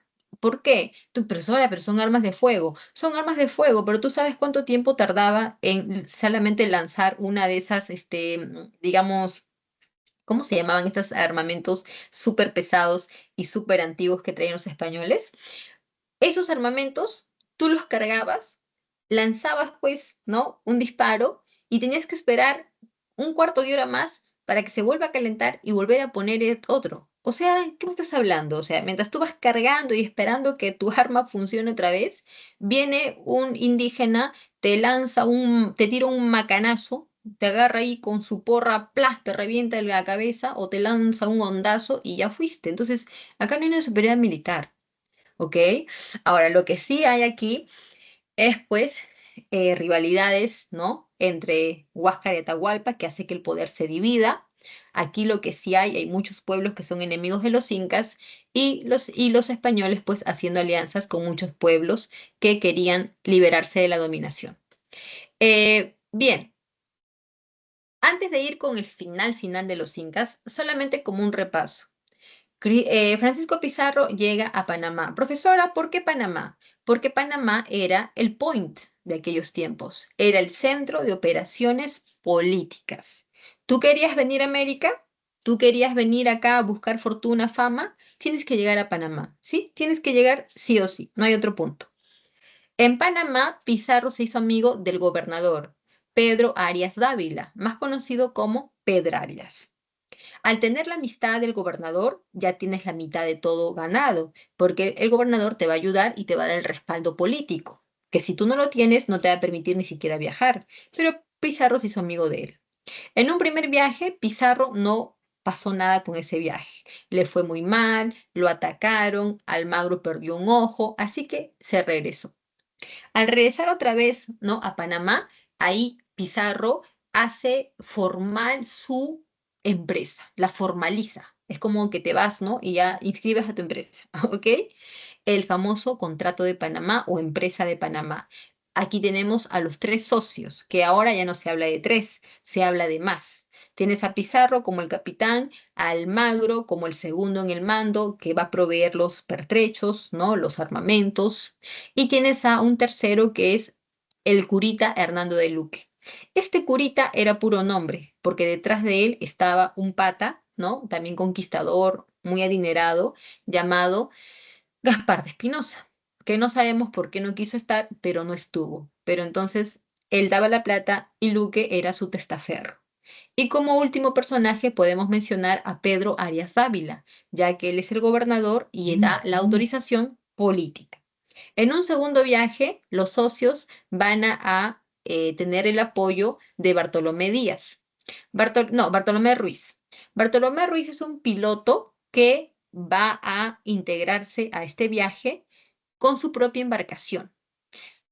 Mientras Pizarro y Almagro iban por tierra, Bartolomé Ruiz iba por mar. Mientras Pizarro y Almagro ahí hacían tiempo, hacían hora con eso de los 13 del gallo, que ahorita no tiene ninguna importancia, Bartolomé Ruiz, a él sí le sucede algo muy importante. Estando frente a las costas de Tumbes, Ruiz observa a lo lejos una balsa muy grande, que se trataba nada más y nada menos que de indios tayanes. Estos indios chismosos le dicen a Ruiz que hacia el sur hay un reino rico en oro y plata. Y esto para la historia es la confirmación de la existencia del Tahuantinsuyo. Cuando los socios se vuelven a reencontrar en Panamá, se da la confirmación y ellos dicen, sí existe, caray, sí existe, está al sur. Entonces ya sabemos a dónde tenemos que ir. Pero antes vamos a pedir autorización a la corona española, porque no vaya a ser que hagamos todo, ¿no? Y al final no nos quieran reconocer las ganancias. No fueron todos, solamente fue Pizarro, llevando regalos, ¿no? Cositas ahí. Cuando llega a España no estaba el rey Carlos I, estaba su esposa, la reina Isabel de Portugal, y Pizarro se contactó con ella y se presentó ante ella. La reina Isabel de Portugal es la que le dio la autorización a Pizarro en la capitulación de Toledo y también el reparto de ganancias, que claramente son bastante desproporcionadas porque Pizarro iba a obtener las mayores ganancias, los mayores títulos, mientras que Almagro iba a estar por debajo y Luque peor todavía. Cuando Pizarro regresa trayendo a sus cuatro hermanos, ¿ya? Pizarro llega a Panamá e inician el tercer viaje. El tercer viaje fue el viaje de la conquista. Ya todos sabemos que en Cajamarca, en la plaza, los españoles tendieron una trampa a los incas. El inca Atahualpa llegó totalmente quedado, sin su ejército, solamente con sus danzantes y bailarines, y estando en la plaza, el Inca por error, por desconocimiento, bota la Biblia, y para los españoles ese fue el pretexto para dar origen a los ataques. Al terminar aquel día, ¿no? Terminó con la caída de Atahualpa, su arresto, y tú ya sabes que después pidieron pues el rescate. Atahualpa entregó ¿no? Estos cuartos de plata y de oro. Al final los españoles igual lo condenaron a morir, no en la hoguera como primero se había dicho, ¿no? Ya que Atahualpa no quiso, y luego sí lo condenaron a morir con el garrote, ¿ya? Así que muere nuestro Inca Atahualpa, año 1533. Y pues chicos, y ahí queda todo, ¿sí? Ahí queda todo nuestro Tahuantinsuyo, ya no hay que llorar por eso. ¿Cuáles son las consecuencias de esto? Destrucción del imperio incaico, inicia la dominación española y lo que viene es un colapso demográfico como nunca lo hemos vivido aquí. Ahora, una vez que los españoles ya ejecutaron a nuestro Inca, Los españoles van al Cusco. ¿Por qué van al Cusco, profesora? Porque los españoles vienen sedientos y hambrientos de oro y plata. ¿Y dónde crees tú que debe haber mucho oro y plata? Debajo del colchón de la cama de Atahualpa, ¿sí o no? ¿Y dónde está eso, profesora? En el Cusco, pues. Entonces vamos para el Cusco. Al llegar al Cusco, los españoles, bueno, antes de llegar al Cusco, los españoles, para poder iniciar, ¿no?, la travesía, ellos nombraron a un inca títere para evitar que el pueblo no se les vaya encima. Y este inca fue Túpac Hualpa, más conocido como Toparpa. En Jauja, los españoles al llegar lo van a bautizar como el nuevo, como la primera capital del Perú. Y en Jauja, Toparpa muere, ¿sí? Por lo cual los españoles nombran a Manco Inca como el nuevo Inca títere. Mira que al principio Manco Inca fue aliado de ellos, ¿ah? Pero luego bien duro que pagó su tontera, ¿ok? Entonces, llegan al Cusco, los españoles lo saquean totalmente y luego aquí los españoles se dividen. Pizarro viene a Lima, al ver que Lima tenía las condiciones, la funda como la nueva y definitiva capital del Perú, año 1535, ¿sí? De aquí comienzan los problemas, chicos. ¿Por qué comienzan los problemas? Como yo te dije en un principio, los españoles vienen con la mentalidad de caballeros. ¿Qué significa eso? Que ellos no van a trabajar nunca jamás, porque eso es para los inferiores, ¿ok? Entonces ellos lo que van a hacer es repartirse las tierras, a las que van a llamar encomiendas. Las encomiendas son pedazos de tierra que van a estar a tu nombre y en estos pedazos de tierra tú vas a tener indígenas que van a trabajar para ti, que te van a mantener con su trabajo. Aquí el reparto de encomiendas se va a hacer entre los españoles. Y aquí comienzan los problemas, porque por una parte tienes a los que están con Pizarro y por otra parte los que están con Almagro. Entonces vamos a llamarlos almagristas y pizarristas. Los pizarristas eran mayoría y estaban mejor preparados militarmente, por lo cual los almagristas tuvieron que aceptar lo que les dieran. O sea, los pizarristas siempre se agarraron las mejores encomiendas y los almagristas se conformaron con lo que les dieron, pero obviamente se quedaron muy resentidos con eso.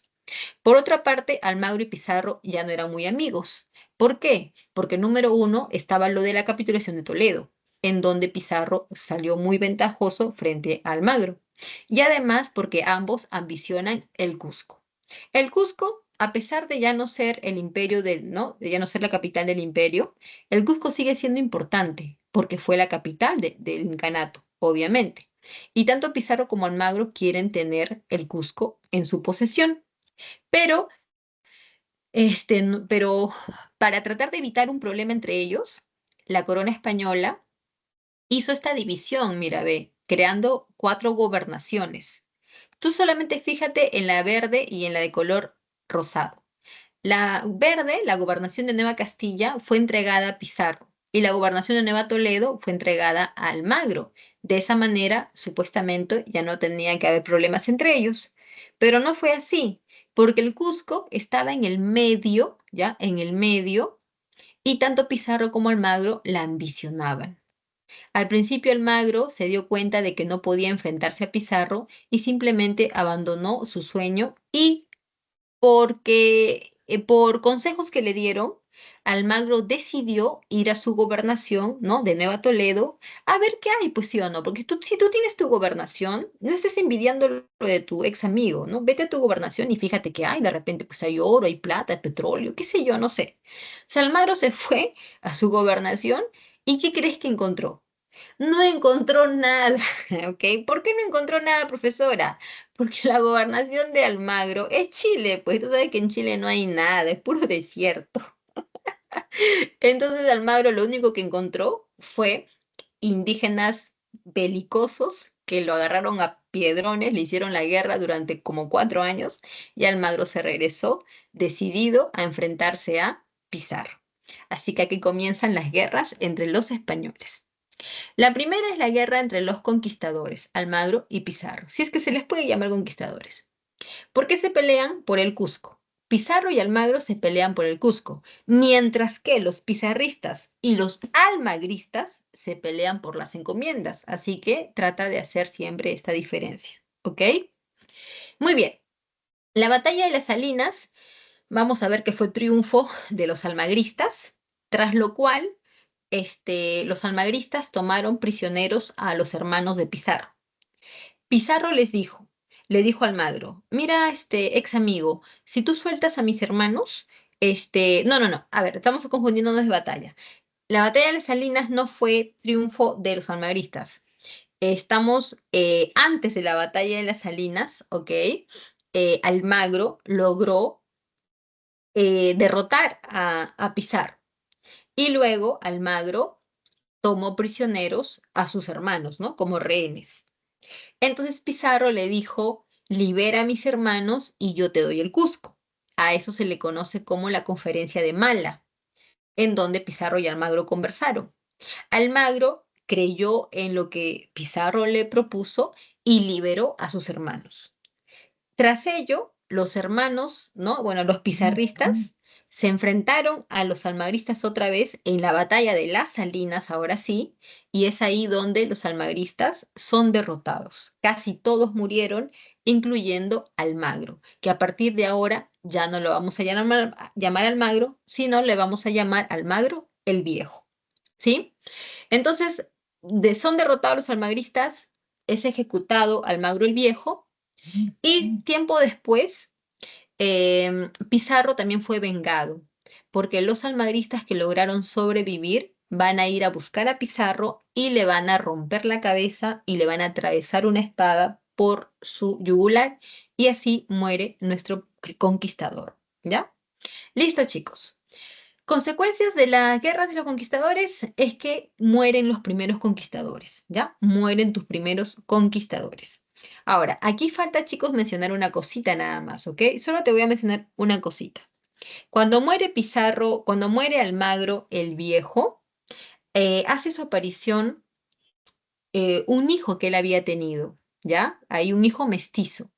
Este joven, conocido como Almagro el Mozo, llega y reclama la gobernación de su padre. Desde mi padre tuvo su gobernación, que fue Nueva Toledo. Ahora yo soy su hijo, me tiene que ser heredado por mí.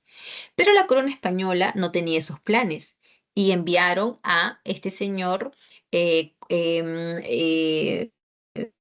Castro, Cristóbal Vaca de Castro, para que pues este señor Vaca de Castro sea como una especie de pacificador, ¿no? Como una especie de nuevo gobernador. Entonces Vaca de Castro le dijo a Almagro el Mozo, sométete y todo bien. Pero Almagro el Mozo no quiso y en lugar de ello se enfrentó a Castro, ¿no? A Vaca de Castro, y Almagro el Mozo fue derrotado y después ejecutado en la batalla de Chupas. Entonces, tras la muerte de Almagro el Viejo, de Pizarro y de Almagro el Mozo, que pudo haber sido como pues el heredero de, ¿no? De Almagro el Viejo, ahí sí, recién ya podemos decir que han muerto toda la generación de tus primeros conquistadores, ¿ya? Ahora vamos con la guerra de los encomenderos. La corona española, muy molesta por todo lo que está pasando aquí en América, deciden poner fin a todo esto, creando aquí el virreinato del Perú. Si ahora esto es un virreinato, significa que ahora es posesión mía como rey de España y solo yo voy a poder controlarla, pues, y gobernarla, ¿ya? Entonces, el rey de España, Carlos I, crea el virreinato del Perú en el año 1542 y envía al primer virrey, Blasco Núñez de Vela. Cuando llega el primer virrey aquí al virreinato peruano, el virrey trae las leyes nuevas o nuevas leyes. Estas leyes nuevas van a chocar con los intereses de los encomenderos. Profesora, ¿quiénes son los encomenderos? Los encomenderos son aquellos españoles que han participado en la conquista del Tahuantinsuyo, ya sean pizarristas o almagristas, ¿ya? Y estos encomenderos viven de sus encomiendas. Recuerda que la encomienda es un pedazo de tierra donde tú tienes a indígenas que trabajan para ti y que a cambio, supuestamente, tú los educas, los evangelizas y les das mucho amor, ¿sí? Entonces, aquí los encomenderos vivían de lo más contentos, engordándose con la explotación de los indígenas. Hasta que llegan las leyes nuevas y te dicen dos cosas muy claras, ¿eh? Muy claras, anota. La primera es que tú no eres nadie para venir a repartirte encomiendas, porque todas estas tierras son posesión del rey de España. Así que de aquí en adelante te vamos a hacer el favor de que te quedes con tus encomiendas, pero el día que tú te mueras, tus encomiendas no van a ser heredadas por tus hijos. ¿Ok? Tú te mueres y la encomienda pasa a la corona española. Y número dos, el indígena no es tu súbdito, no es tu peón, no es tu esclavo. El indígena es súbdito del rey de España, por lo tanto, el único que le tiene que rendir cuentas y pagar tributos es al rey de España, no a ti. Así que no tienes por qué explotarlo. Estas leyes nuevas chocaron totalmente con los intereses de los españoles encomenderos que se van a negar y van a renegar, tú no te imaginas cuánto, y se van a unir en torno a un líder que es Gonzalo Pizarro. Gonzalo Pizarro se enfrenta al virrey Blasco Núñez de Vela en Añaquito, Ecuador, y derrotan y ejecutan al virrey. El rey de España, molesto porque han matado a su virrey, manda a Pedro de la Gasca. La Gasca llega acá al Perú y con mucha astucia divide a los encomenderos. ¿De qué manera, profesora? Haciéndote promesas. Si tú dejas a tu líder Pizarro y vienes conmigo, yo te voy a dar nuevas encomiendas, porque eso es lo que tú quieres, ¿sí o no? Tú eres ambicioso ya, te voy a dar más encomiendas. Los encomenderos traicioneros dejaron a Gonzalo Pizarro y apoyaron a la Gasca. Es así que en la batalla de Jaquijahuana, Pizarro es derrotado y ejecutado por alta traición a la corona española. Consecuencias es que con esto se consolida el sistema virreinal. Una vez que ya esto pasó, ahora viene supuestamente la entrega de las nuevas encomiendas, pero no se pudo, pues no se pudo porque los encomenderos eran un montón y la única encomienda que había para entregarles era la encomienda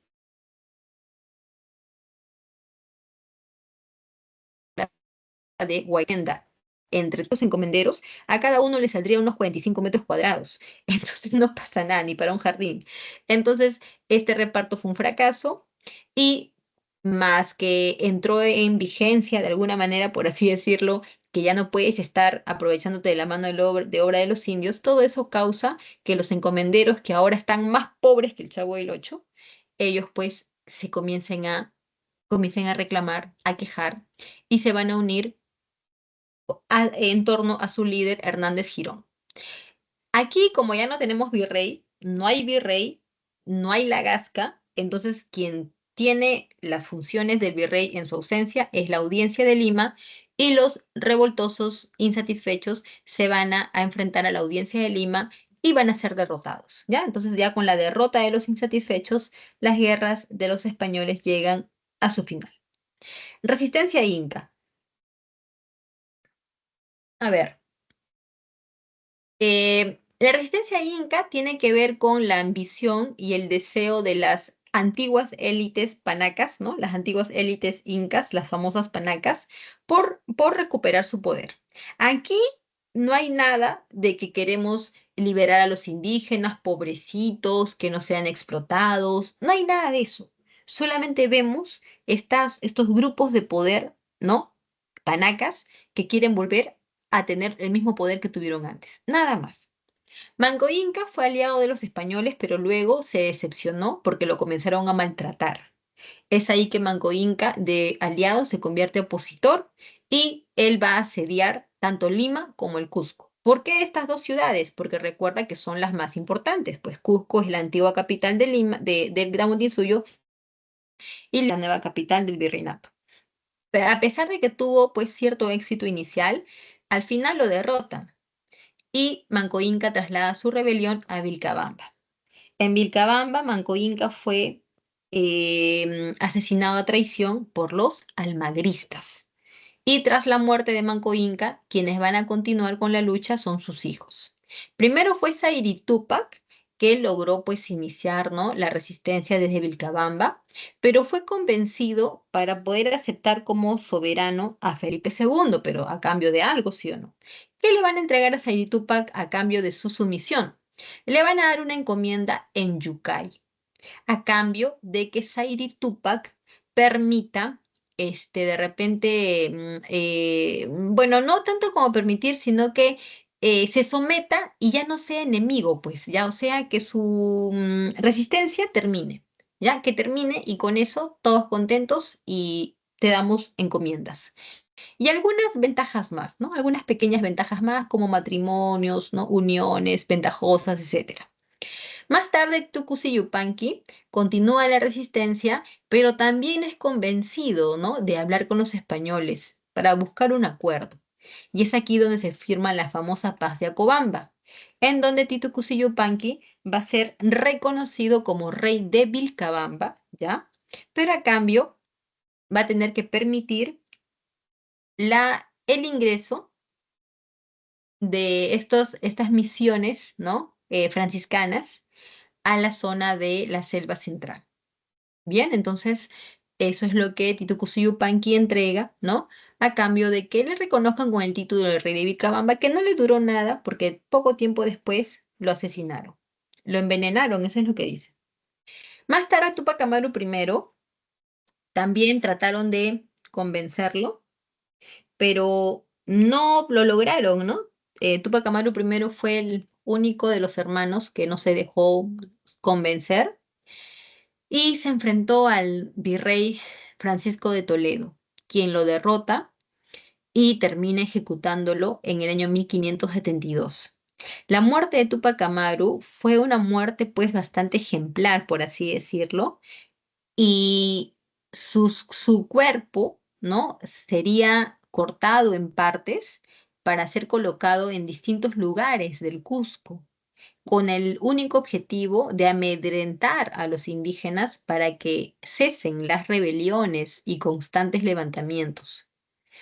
Pero los indígenas nunca se amilanaron o de repente se intimidaron, al contrario.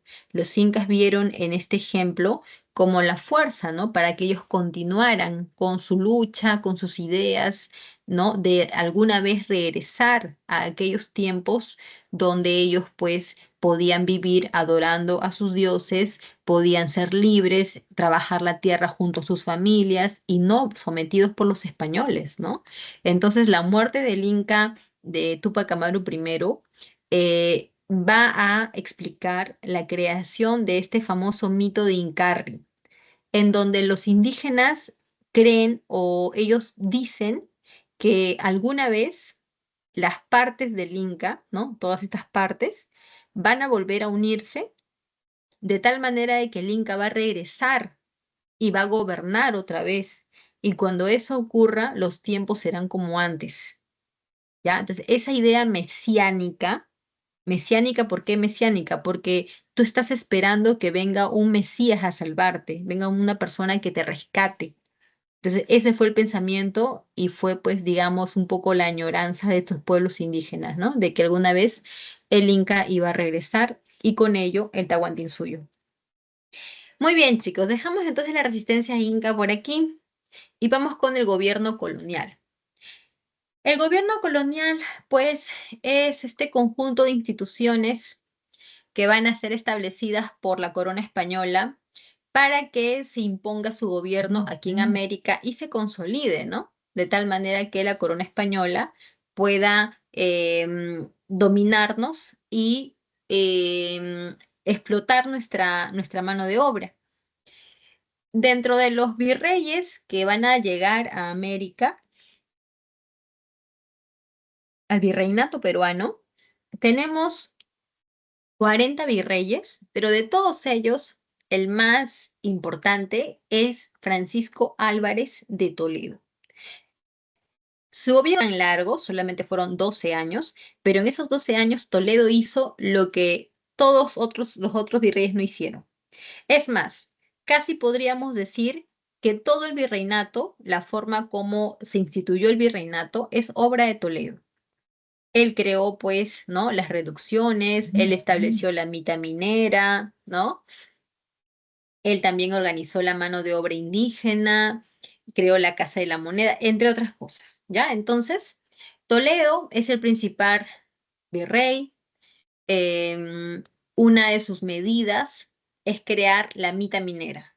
Tú sabes que en el incanato la mita era una forma de trabajo obligatorio que se hacía para beneficio del Estado inca, pero tú podías mitar de diferentes maneras y solamente eran unos días al año. En cambio, desde Toledo vas a tener que imitar única y exclusivamente en las minas, ¿ya? De Potosí, y vas a tener que imitar no un par de días, una semana, sino todo el tiempo en que vas a pues, ser llevado ahí, ¿no? Muchos ni siquiera regresaron nunca porque morían dentro de las pésimas condiciones en que eran explotados dentro de las minas. Entonces, esta fue una primera forma de explotación establecida por este virrey y que va a continuar todo el virreinato. También crea la Casa de la Moneda en Potosí, que por cierto, pues Potosí se termina convirtiendo en un centro de mucho movimiento comercial, de gran intercambio, pues de repente, no sé, de mercancías. Hubo una intensa actividad pues comercial ahí durante más de un siglo, ¿no? Que fue el tiempo en que esta mina también pues fue explotada por los españoles. En cuanto a lo social, Toledo creó las reducciones. Una reducción también es conocido como un pueblo de indios, y esto fue hecho para mejorar la explotación de la mano de obra. Por ejemplo, los indígenas solían vivir en las partes altas, ya que desde ahí ellos se cuidaban de los ataques de otros pueblos y también de los desastres naturales. Para los españoles eso era un problema, porque tenían que ir de cerro en cerro a evangelizarlos y también a cobrarles, pues, ¿no? Sus tributos. Entonces Toledo pensó que era mejor sacar a los indígenas de los cerros y llevarlos a la zona de los valles. Ahí organizarlos, ¿no? En estas reducciones, de tal manera que va a ser mucho más rápido y efectivo empadronarles, cobrarles su tributo y organizar su mano de obra para que puedan cumplir con su mita. Ahora, respecto a esto del tributo, los españoles, o bueno, Toledo instituyó lo que es el tributo en metal. Eso significa que yo, que soy un indígena, tengo que pagar una parte con mi trabajo, ¿no? Mano de obra, y la otra parte la voy a pagar con dinero. ¿Ya? Entonces, esa es una forma también de explotación, porque por una parte, la mitad de mi tiempo tengo que trabajar gratis para ellos y la otra mitad, lo poco que gano, voy a tener que pagarles también. Entonces, ¿qué me queda a mí para comer? Pues prácticamente ni voy a poder comer. O sea, esto es una cosa terrible. Ya mi existencia es ya nada. En cuanto a lo religioso, con Toledo llega al Perú el Tribunal del Santo Oficio de la Inquisición, ¿ok? Y ahora sí vamos con las organizaciones. Tenemos desde la metrópoli al rey y al Real y Supremo Consejo de Indias. El rey es la máxima autoridad. Como te dije, su poder se centra en estos principios del centralismo porque el rey cumple todos los poderes. El providencialismo porque su poder viene de Dios. Y el regalismo, ya que el rey, pues, tiene algunas atribuciones que le ha quitado a la iglesia. Las dinastías que nos gobernaron fueron dos. Primero los Habsburgo y más tarde los Borbones, ¿ya? Los Borbones van a gobernar desde el siglo XVIII, ¿sí? Desde el siglo XVIII. Y los Borbones, ya bueno, ya llegado su momento vamos a explicar, ¿ya? La diferencia entre los Habsburgo y los Borbones. Las, digamos, leyes del rey, o mejor dicho, sus medidas del rey, eran transmitidas a través de reales cédulas y también ejerció el regio patronato, ¿ya? Eso, como te vuelvo a repetir, esto tiene que ver con la Iglesia Católica, ya que el rey va a tener cualidades que lo van a poner por encima de la Iglesia Católica, ¿sí? Por otro lado, vamos a ver el Consejo de Indias. El Consejo de Indias es una instancia que apoya al rey en el gobierno de las colonias americanas. Tiene muchas funciones, entre ellas proponer a las autoridades para las colonias, autoridades que el rey luego tiene que, ¿no? Obviamente reafirmarlas, pero el Consejo de Indias son los que las proponen. También elaboran las leyes de Indias, que son las leyes que se tienen que cumplir aquí en las colonias americanas. Y también funcionan como un tribunal de justicia máximo. ¿Cómo es esto? Em, si yo tuviese un tipo no sé, eh, problema legal en el cual yo fui atendido por la audiencia de Lima, ¿no? Y ya dictaron un veredicto a mi caso, pero yo no estoy contenta con ese veredicto porque siento que no es justo, ¿no? No cumple con con la justicia que yo busco.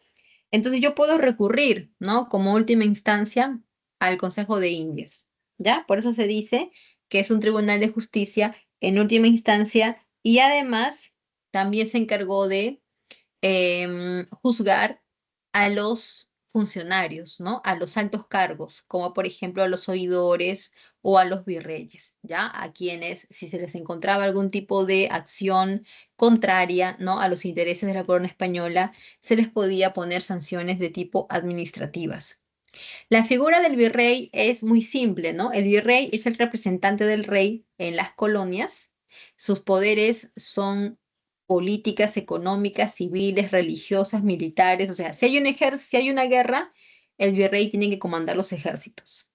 En cuanto a lo económico, el virrey tiene que encargarse de que la hacienda funcione correctamente. En cuanto a lo religioso, el virrey tiene que estar presente en todas las, pues, digamos, rituales religiosos. En cuanto a lo legal, el virrey es el que preside la Real Audiencia. Entonces, el virrey tiene un sinfín de atribuciones. En cuanto a las audiencias, aquí en el Perú funcionaron 7, más una más, que fue la del Cusco, que al final en el siglo XVIII fue creada, y la audiencia no es otra cosa que un tribunal de justicia, que está conformada obviamente por jueces, a los cuales también se les llama oidores, y ellos son los que se van a preocupar por que se imparta justicia, además de vigilar la ejecución de las disposiciones del rey.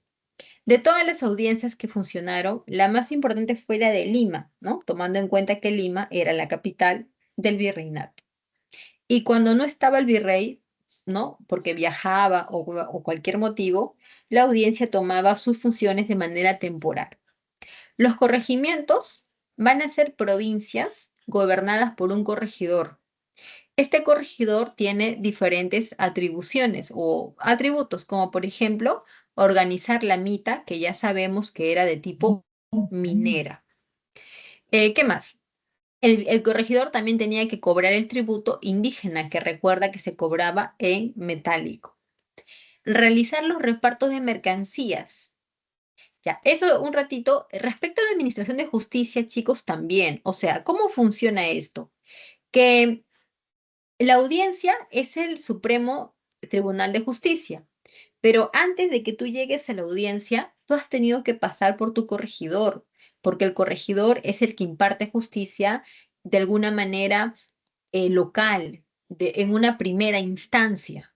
Si tú no has logrado encontrar respuesta a tu problema con el corregidor, tú puedes recurrir a la audiencia, pero era más difícil llegar, porque imagínate que tú estabas por Puno o imagínate que estabas por el norte. Entonces, viajar a Lima nada más ya era un problema. Y eso le pasó a Tupac Amaru II, pues, ¿no? Él desde el Cusco viajó a Lima para hablar con la audiencia. Lo escucharon, eso sí, lo escucharon, pero nunca le dieron una respuesta, simplemente lo ignoraron.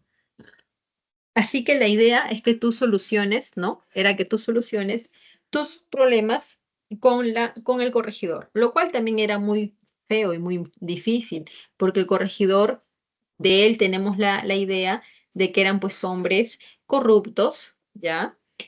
Justamente por eso la corona española los cambió por los intendentes y los corregidores explotaban a los indígenas de muchas maneras, no solamente de las maneras instituidas, como cobrarles la mita minera, bueno, el tributo o también explotarlos con la mita minera. También les hacían los repartos, que en un primer momento eran prohibidos, ¿ya? Los Habsburgo habían prohibido los repartos. ¿Qué era un reparto? Un reparto es una forma de venderte mercancías. Tú eres indígena, yo soy em, tu gobernante, ¿no? Yo soy tu corregidor.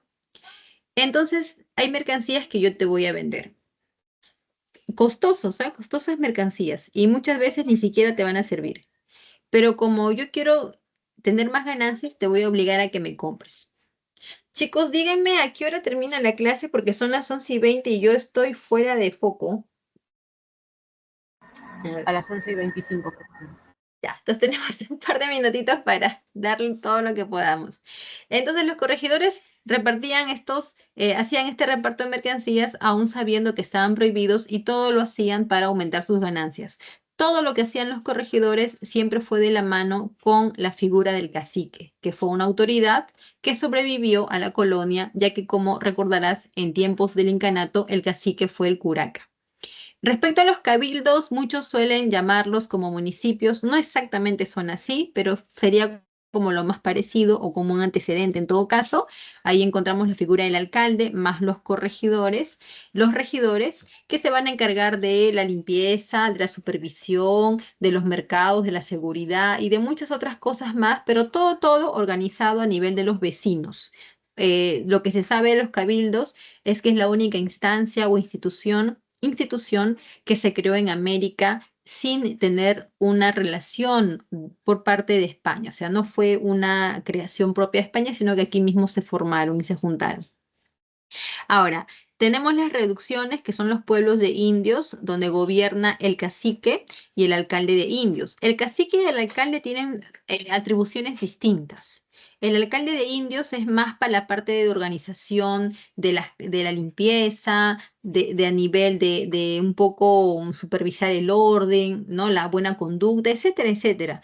Mientras que el cacique únicamente tiene que ver con la parte de la mano de obra, ¿no? El trabajo, paga tu mita, ¿ya? Y ese tipo de cosas.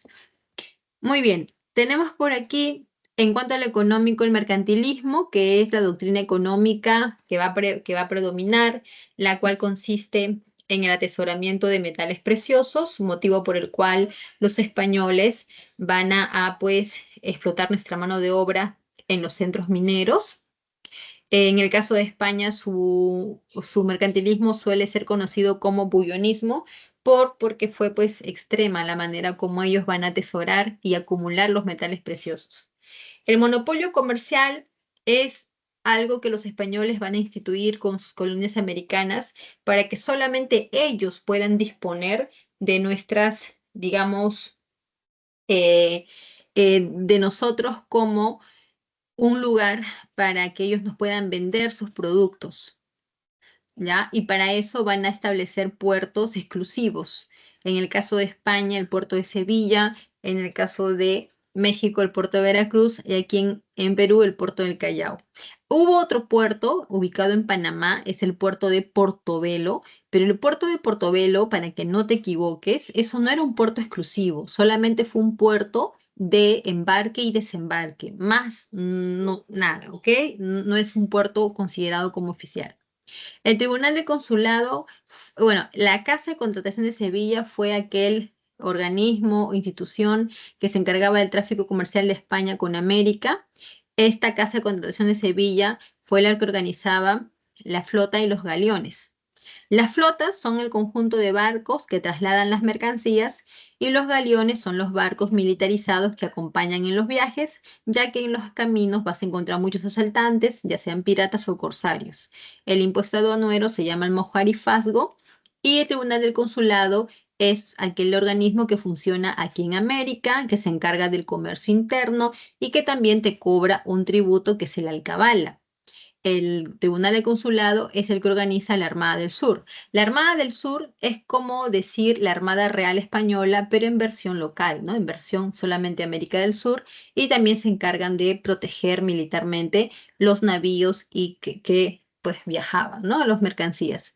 La minería fue la actividad más importante. Ahí tienes, por ejemplo, Potosí, tienes Huancavelica. También existieron las manufacturas, que eran los lugares donde trabajaban los artesanos, destacaron carpinteros, herreros, entre otros, y los obras que fueron centros de producción únicamente textil, pero solamente para demanda interna, ya que los españoles solían traer sus, ¿no?, telas desde España, ¿sí? Por aquí tenemos respecto a la organización social, vas a encontrar dos repúblicas, la de españoles y la de indios. La de negros no existe como república porque recuerda que ellos son esclavos. En la de españoles tienes dos grupos, los que nacieron aquí en el Perú son criollos y los que vienen de España son peninsulares. Y en cuanto a los indios también hay dos grupos, los que son de la nobleza inca, ellos pues son un grupo aparte, y luego tienes a los que son del pueblo, ¿no? Los indios del común, indios de cédula, como también se les solía llamar.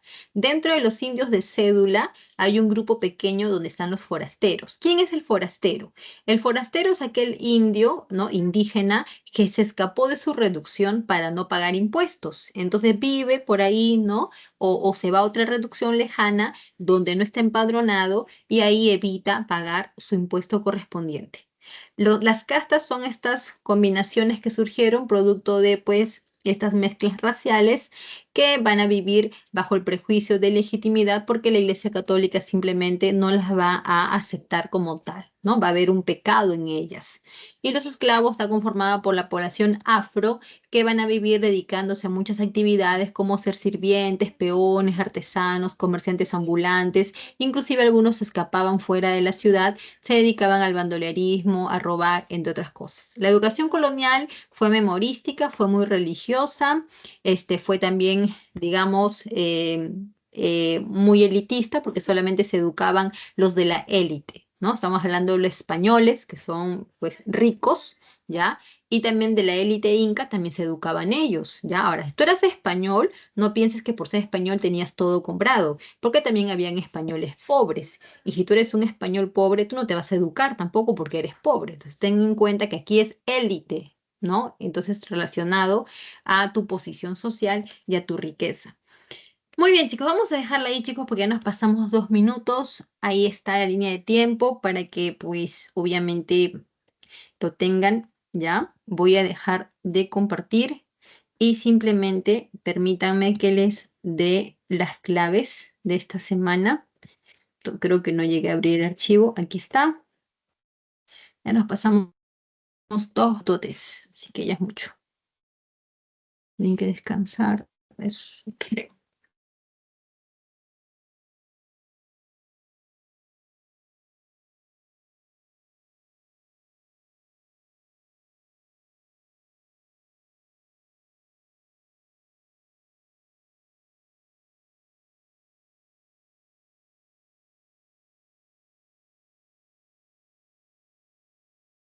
Ay, aquí está. Ajá. A ver, en la número 1 marcas la A de avión, en la 2 marcas la E de enano, en la 3 marcas la D de dado, en la 4 la B de barco y en la 5 la C de casa. ¿Sí? Ya, chicos, entonces nos despedimos y hasta la próxima. ¿Ya? Cuídense mucho. Bye bye.